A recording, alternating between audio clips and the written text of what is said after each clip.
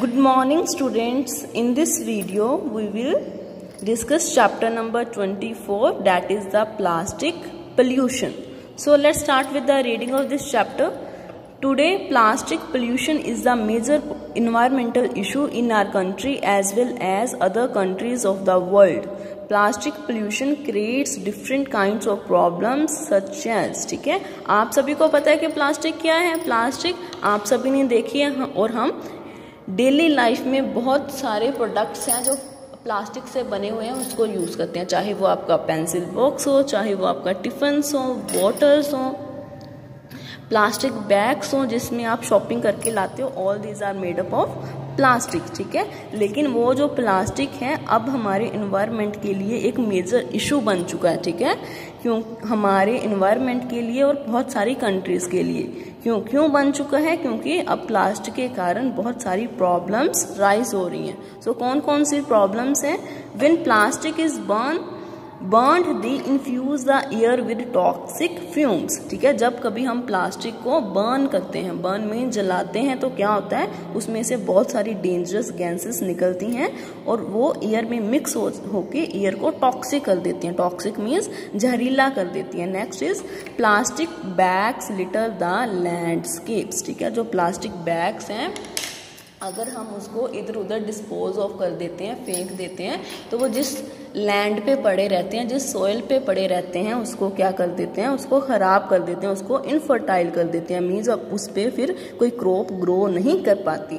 Next is the plastic bags kill animals as many animals ingest plastic bag mistaking them for food and therefore they die, ठीक है. और plastic bags के कारण बहुत सारे जो एनिमल्स हैं उनकी डेथ हो जाती है. कैसे डेथ हो जाती है कि जो एनिमल्स होते हैं वो प्लास्टिक बैग्स को फूड समझ के खा लेते हैं और वो जब वो प्लास्टिक बैग्स को निगल लेते हैं, खा लेते हैं, तो उनकी डेथ हो जाती है. So next is we require petroleum to produce plastic bags which is non renewable resource and indeed for our modern way of life, so this precious resource should not be wasted in producing plastic bags, ठीक है.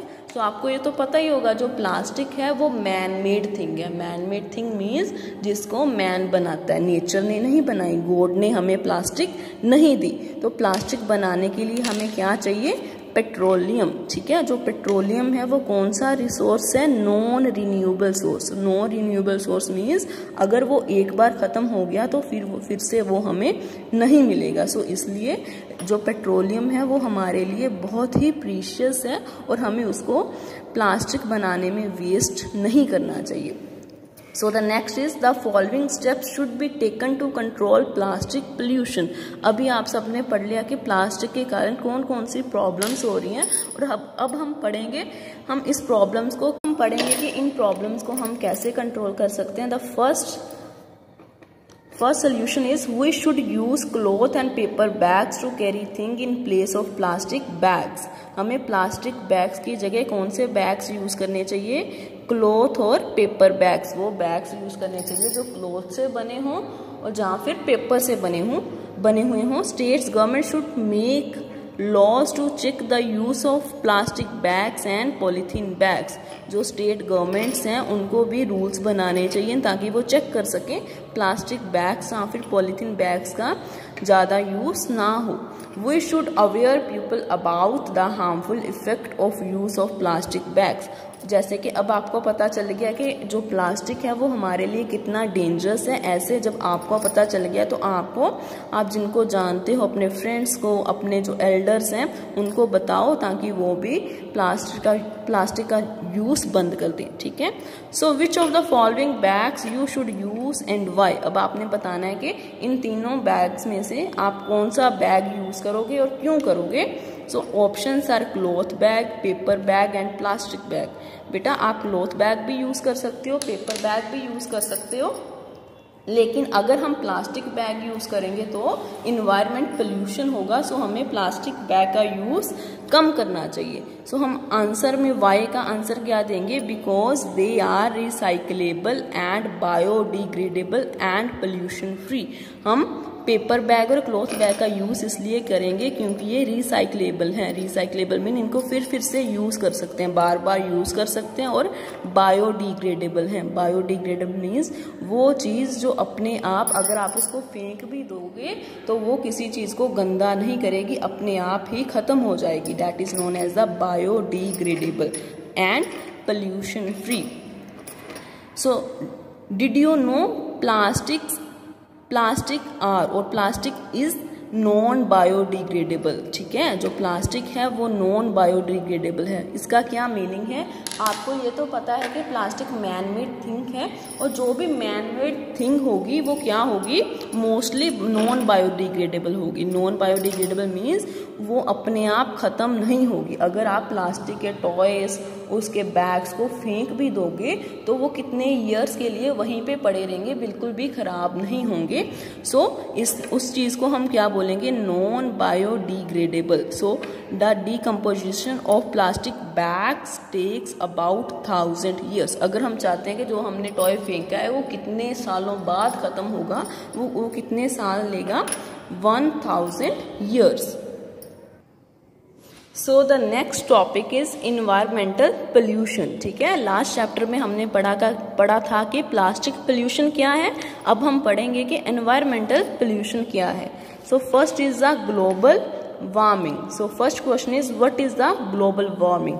So let's start with the answer. Global warming is the increase of Earth's average surface temperature due to the effect of greenhouse gases such as carbon dioxide emission from burning of fossil fuels or from deforestation. So this is a type of greenhouse effect. Global warming क्या है? Warming का meaning क्या होता है? गर्म होना। और global क्या है? पूरी दुनिया, पूरा ग्लोब। ठीक है, सो ग्लोबल वार्मिंग का मीनिंग हुआ कि जो अर्थ का जो टेम्परेचर है वो धीरे धीरे क्या हो रहा है? इंक्रीज हो रहा है। क्यों इंक्रीज हो रहा है? Because of the green house gases. Green house gases कौन सी हैं? For example carbon dioxide. जैसे आज के टाइम पे जो हम फ्यूल है, पेट्रोल, डीजल, उसको ज़्यादा यूज़ कर रहे हैं, और उसके यूज़ करने से जो स्मोक निकलती है उसमें कौन सी गैस होती है? Carbon dioxide. और कार्बन डाइऑक्साइड से क्या होता है? जो अर्थ का टेम्परेचर है वो धीरे धीरे इंक्रीज होने लगता है, क्योंकि कार्बन डाइऑक्साइड एक ग्रीन हाउस गैस है। ठीक है, सो जैसे अर्थ का टेम्परेचर इंक्रीज होगा तो that is the global warming. So this is a type of green house effect. Green house effect क्या होता है? जैसे जैसे green house gases means carbon dioxide का गैस का अमाउंट बढ़ेगा, लेवल बढ़ेगा, वैसे वैसे ही अर्थ का जो टेम्परेचर है वो इंक्रीज होगा। That is known as the green house effect. Next is the effects of global warming. अगर अर्थ का टेम्परेचर बढ़ेगा तो उसका क्या इफेक्ट पड़ेगा, उसका क्या असर होगा हम पे? Global warming makes the water level in sea rise and when the sea rises the water covers many low land islands. This hurts many people, animal and plants. Many cannot take change so they die. ठीक है, जैसे जैसे global warming होगी, जैसे जैसे temperature बढ़ेगा तो क्या होगा? जो ग्लेशियर्स हैं, जो आइस के बड़े बड़े माउंटेन्स हैं, पहाड़ हैं, वो मेल्ट होने स्टार्ट हो जाएंगे। और अगर आइस मेल्ट होगी तो क्या होगा? उससे वाटर बनेगा, और वाटर वो कहाँ पे आएगा? ओशंस में, सीज में। ठीक है, अगर वो वाटर ओशंस में आ गया तो ओशन का जो वाटर लेवल है वो इंक्रीज हो जाएगा और फ्लड्स आ जाएंगे। फ्लड्स आने के कारण क्या होगा? जो वाटर है, जो लो लैंड्स हैं, ठीक है, जो लो लैंड्स हैं उनको फिल कर देंगे। फिल करने से क्या होगा? इसके कारण बहुत सारे एनिमल्स, प्लांट्स और बहुत सारे जो हमारे पॉपुलेशन है उस पर इफेक्ट पड़ेगा, और हो सकता है कि बहुत सारे एनिमल्स और प्लांट्स इस चेंज में एडजस्ट ही ना हो पाए, इस चेंज के कारण सर्वाइव ही ना कर पाए और उनकी डेथ हो जाए। सो next is the causes of global warming. Global warming क्यों होती है, उसके कारण क्या है, रीजन क्या है उसके पीछे? Many things causes global warming. Most important cause is the pollution. ठीक है, ग्लोबल वार्मिंग का कॉज क्या है, रीजन क्या है? That is the pollution. So the next part is now tick the pictures that show the types of pollution which cause global warming. ठीक है, अभी आपने क्या करना है? सिर्फ पिक्चर्स देखनी है और टिक करनी है जिसमें आपको पता चल रहा है कि पोल्यूशन हो रहा है। ठीक है, they are the reason for the pollution. देखो फर्स्ट में इंडस्ट्रीज की पिक्चर दी गई है और उसमें से बहुत सारी स्मोक निकल रही है, ठीक है। वो स्मोक क्या करेगी, वो हमारी एयर को पोल्यूट करेगी अब, और हम यहाँ पे क्या कर देंगे, टिक।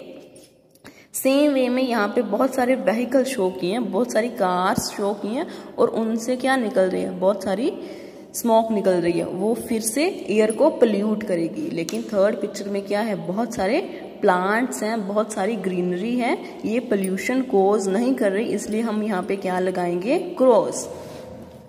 नेक्स्ट देखो यहाँ पे क्या शो किया है, गार्बेज बर्निंग। यहाँ पे हमने गार्बेज फेंका था और उस पर अब क्या कर दिया है, उसको हम बर्न कर रहे हैं। जब हम इसको बर्न करेंगे तो बहुत सारी गैसेस हैं वो एयर के साथ मिक्स होंगी, अगेन एयर को पोल्यूट करेंगी, इसलिए हम यहाँ पे क्या करेंगे, टिक।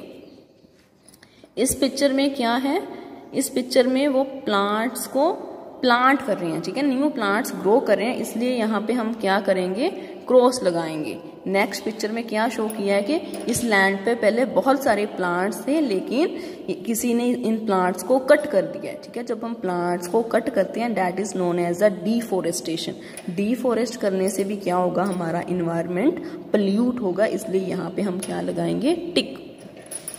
So next is the, did you know in the last 100 years the temperature of the earth has risen by 1 degree Fahrenheit. This affects the climate adversely। ठीक है, क्या हुआ है, जो लास्ट 100 years गुजरे हैं उसमें से उनमें जो अर्थ का टेम्परेचर है वो 1 डिग्री फ़ारेनहाइट इंक्रीज हो गया है, ठीक है। अगर टेम्परेचर इंक्रीज होगा तो आपने पढ़ा कि कौन कौन से इफेक्ट्स होंगे हमारे पे, जिसके कारण जो हमारे क्लाइमेट है उस पर बहुत ही बुरे इफेक्ट पड़े हैं, ठीक है। So the next question is IQ test. आपसे पूछे how will you help to control global warming, आप ग्लोबल वार्मिंग को कंट्रोल करने में कैसे हेल्प कर सकते हो। फर्स्ट तो है कि आप जो प्लास्टिक्स के बने हुए आर्टिकल्स हैं उनका यूज़ कम से कम करो। सेकंड, ट्रीज को प्लांट करो, और जो आपके व्हीकल्स हैं उनका यूज़ कम से कम करो, ठीक है। और जो गार्बेज है ट्राई करो कि जितनी उसकी कम प्रोडक्शन होगी उतना ही बेटर है, okay students. With this we have completed our first 3 chapters, and if you have any query and any problem you can ask anytime. Take care. Thank you.